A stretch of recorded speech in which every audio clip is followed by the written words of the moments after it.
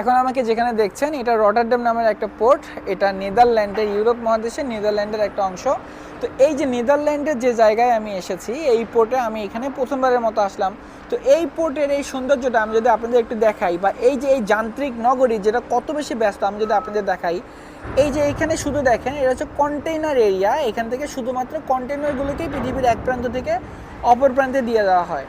তাহলে এখানে কতগুলো কন্টেইনার আছে চিন্তা করেন, যেগুলোকে কেউ গুনে কিভাবে শেষ করবে আমি এটা ভেবে অবাক হয়ে যাচ্ছি। আমি শুনেছি এটা নাকি নেদারল্যান্ডের সব থেকে বড় পোর্ট।